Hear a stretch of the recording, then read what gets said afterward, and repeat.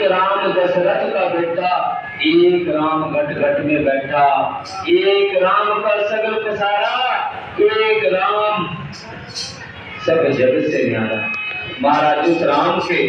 जपने की बात करते हैं, जो राम घट घट में बैठा है और जो राम सबकी मनोकामना पूर्ण करता है, जो इस संसार में आए हुए जीवों का एक उद्धार करके उन जीवों को भव सागर से पार करता है। क्या कहा है?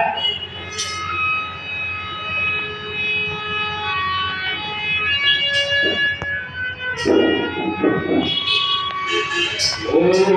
ऐसा रंगिया पुराने मन मेरा, हाँ ऐसा रंगिया पुराने मन मेरा, मैं सोन सोन जब दिखेगा, ऐसा रंगिया पुराने मन मेरा, मैं सोन सोन जब दिखेगा, रंगिया पुराने मन मेरा, मैं सोन सोन जब दिखेगा,